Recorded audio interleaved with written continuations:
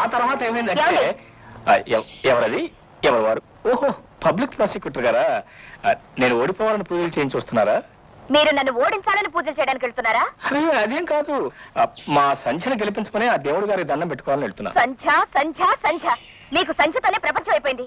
తనవతండి మన మధ్య. సారీ శ్రావణి గారు, మీ ఇద్దరి మధ్య ఇంకా ఏముందని? లేదు, మీ ఇద్దరి మధ్య ఎవరు రావడానికి వీలు కానంత దగ్గరగా మీరుంటే ఎవరు మాత్రం వస్తారు చెప్పండి మీ మధ్యకి? ఎవరు రాగలరు? నోబడి కెన్ కమ్ చేసి. ఏమండి, నేను గుళ్ళో ఉంటాను, మీరు ఎవరిని పంపించేసరండి. అలాగే సంధ్య, నా కోసం వెయిట్ చేయి. అయినా తోటి ఆడ మనిషి ముందు అలా నోరు పారేసుకున్నారు, నేను సిగ్గేయలేదు. మొగుడు వదిలేసిన ఆడదానితో తిరగడానికి మీకు సిగ్గేలేదు?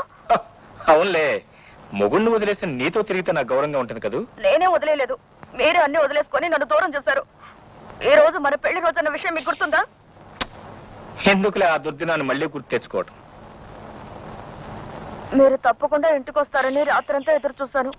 మీరు ఉదయం రాకపోవడంతో నేనే గుడికి వచ్చి మీ తరఫున కూడా దండం పెట్టుకొచ్చాను. ప్రసాదం తీసుకోండి. ప్రసాదాలు ఎందుకు కానీ, ఏమని దండం పెట్టుకున్నావు? నాకు శుభం జరగాలనే, నీకు శుభం జరగాలని. ఏ, నాకు శుభం జరిగితే అది మీకు కదా? కాదు, మన ఇద్దరి మధ్య ఉన్న అనుబంధాన్ని ఎప్పుడో తెంచి పారేశావు. ఇప్పుడు నా బ్రతికేదో నేను బ్రతుకున్నాను, నా శుభం ఏదో నేను చూసుకుంటున్నాను. దానికి నీ మొక్కుబడులు అక్కర్లేదు, నీ ప్రసాదాలు అక్కర్లేదు. సంధ్యా, ఏమండి, కట్టుకున్న భార్యను శుభవారి గుడికి వెళ్లి ప్రసాదం తీసుకొచ్చేస్తే ఇలాగే నా మాట్లాడేది? అంత చులకనైపోయానా మీకు నేను? ఇంత జరిగినా ఇంకా బరువుగానే మాట్లాడుతున్నావు కదా, నువ్వు ఎలా చులకనవుతావు? అయినా నీ బరువు నాకు తెలియదంటగానే వస్తా, సంధ్య వెయిట్ చేస్తుంది. ఏమండి, జరిగింది ఏదో జరిగింది, ఇంటికి రండి.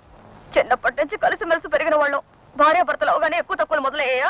లేదు, నీకెప్పుడు ఏదో తక్కువ లేదు. ఆస్తి తక్కువ లేదు, అంతస్తు తక్కువ లేదు, హోదా తక్కువ లేదు. నేను ఆఫ్టర్ ఆల్ డిఫెన్స్ లాయర్ని, నువ్వు పబ్లిక్ ప్రాసిక్యూటర్. అదేగా మీ కడుపుంట. నేను ప్రాసిక్యూటర్ ఉద్యోగానికి రాజీనామా ఇవ్వాలి, మా నాన్న వదిలేసి మీ వెంట బజార్న పడాలి, అంతేగా? సరే, అలాగే చేస్తాను. పోనప్పుడైనా మీ కళ్ళు చల్లబడతాయా చెప్పండి. శ్రావణి, నువ్వు ఇంకా మారలేదు, మారవు కూడా. నా నిర్ణయాన్ని కూడా మార్చుకోలేదు. వస్తా. ఏమండి, ఏమండి?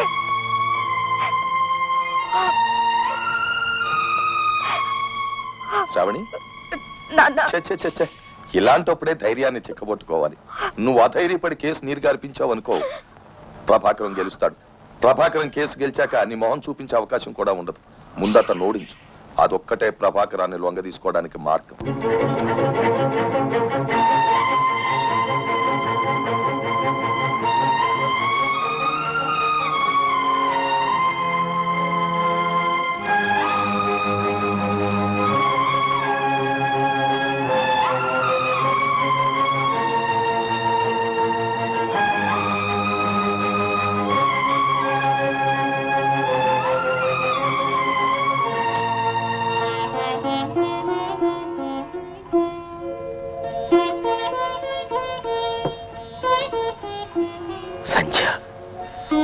నా కోసం ఇంత అర్ధరాత్రి లేచి టీ చేసి తీసుకొచ్చావా?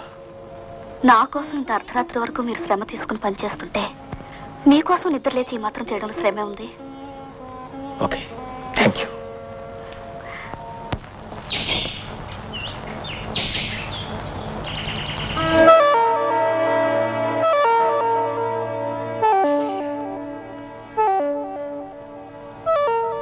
కోటేశ్వరరావు నువ్వేనా? అవును. నీతో కొంచెం మాట్లాడా, వస్తా. మీరెవరు? రాజపుతం.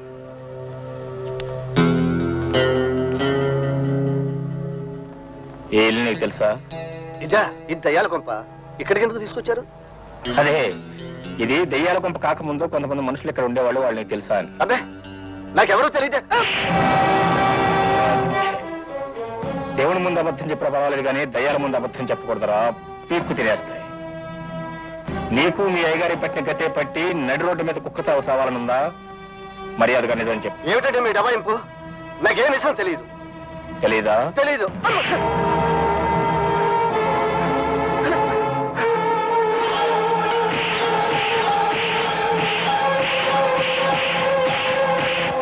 తప్పండి తప్పండి. Defence lawyer, proceed. నువ్వెంతకాలం నుంచి అమృతరావు గారి దగ్గర డ్రైవర్గా పనిచేస్తున్నావు? 25 సంవత్సరాల నుండి. ఐసి. 15 ఏళ్ల క్రితం సోమయాజుల గారు వెళ్ళి తగలబట్టం ప్రమాదం వలన లేక బుద్ధిపూర్వకంగా జరిపిన అక్రమం వలన? బుద్ధిపూర్వకంగా జరిపిన అక్రమం వల్ల. జరిపించిన బుద్ధిమంతుడు ఎవరు? అమృతరావు గారు. నీకెలా తెలుసు? అమృతరావు గారితో పాటు ఆ నేరంలో నాకు భాగం ఉంది కనుక. ఆ నేరం ఎలా జరిగిందో కోర్టు వారికి వివరంగా చెప్పగలవా? ఓ తప్పకుండా చెప్తాను. అరే కోటిగా అయ్యా, ఈ శ్రావణ మాసంలో గోళ్ళకి సున్నాలు వేయించాలి, వీటి రంగులు వేయించాలి. అట్లాగేనండి.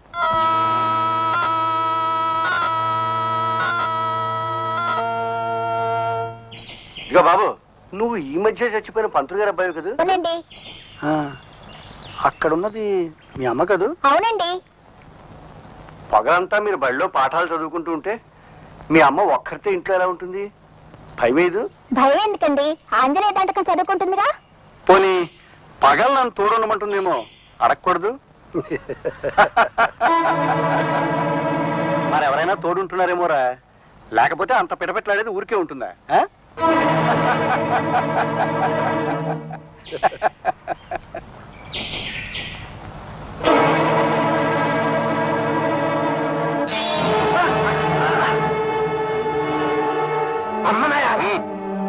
ఏం చేస్తావు?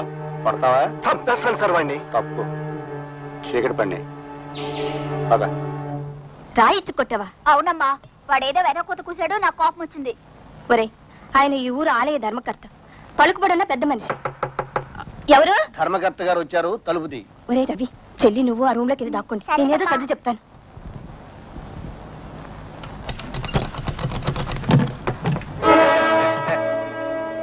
ఏడేని కొడుకు? బాబు గారు, వాడికి ఏం తెలీదు, ఏదో చిన్నపిల్లాడు. ఆహా, నువ్వు చెప్తే క్షమించకుండా ఎలా ఉంటానే? వాడు చిన్నవాడు, నువ్వు చిన్న. బాబు గారు, అదేమిటే ఒంటి మీద చెయ్యి పడేసరికి అలా కంగారు పడిపోతున్నావు? చంప మీద మీ అబ్బాయి రాయట్టు కొడితేనే నేను చిరునవ్వు నవ్వుతూనే ఉన్నాను. అర్థం కావాలి.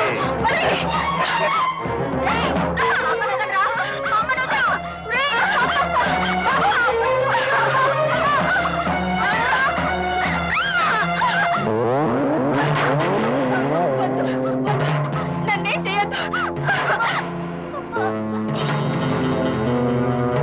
నన్ను పెట్టండి, వద్దు, నన్నేం చేయొద్దు.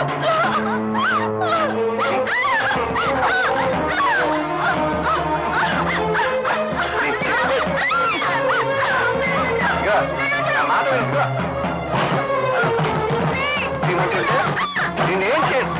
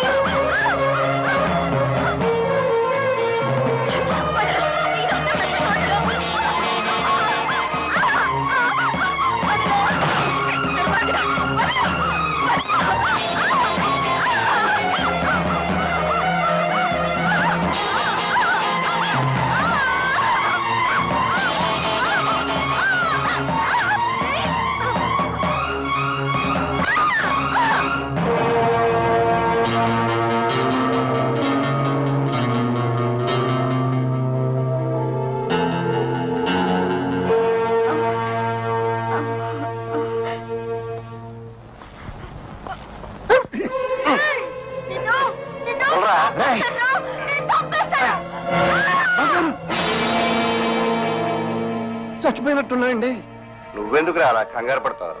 వాడి చావు, దాని అవమానం ఈ 4 గోడల మధ్య సమాధి కావాలంటే మనం మామూలుగా చేసే పని ఎందుగా కానీ చెయ్యి.